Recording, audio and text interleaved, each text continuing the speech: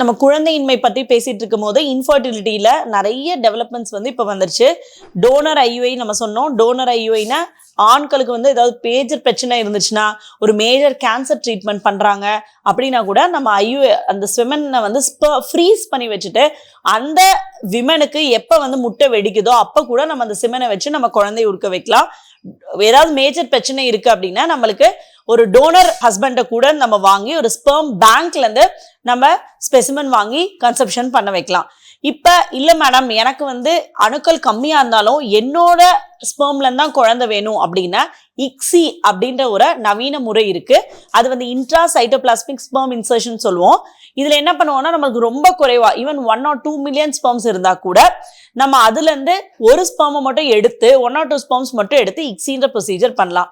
இப்ப ஐவிஎஃப்ல வந்து இன்னும் யூட்ரஸே வந்து இல்லாதவங்களுக்கு எப்படி பண்ணலாம் அப்படின்னா டோனர் ஓமை மட்டும் அவங்களுக்கு எடுத்து சரகசி வழியா குழந்தைய வந்து உற்பத்தி பண்ணலாம். ஸோ இந்த மாதிரி ஆர்டிஃபிஷியல் ரீப்ரொடக்டிவ் டெக்னிக்ஸ்ல நிறைய நவீனம் வந்திருக்கு. இதை எத்திக்கல் முறையில நல்லபடியா பண்ணி நல்லபடியா குழந்தைய வர வைக்கலாம். தேங்க்யூ.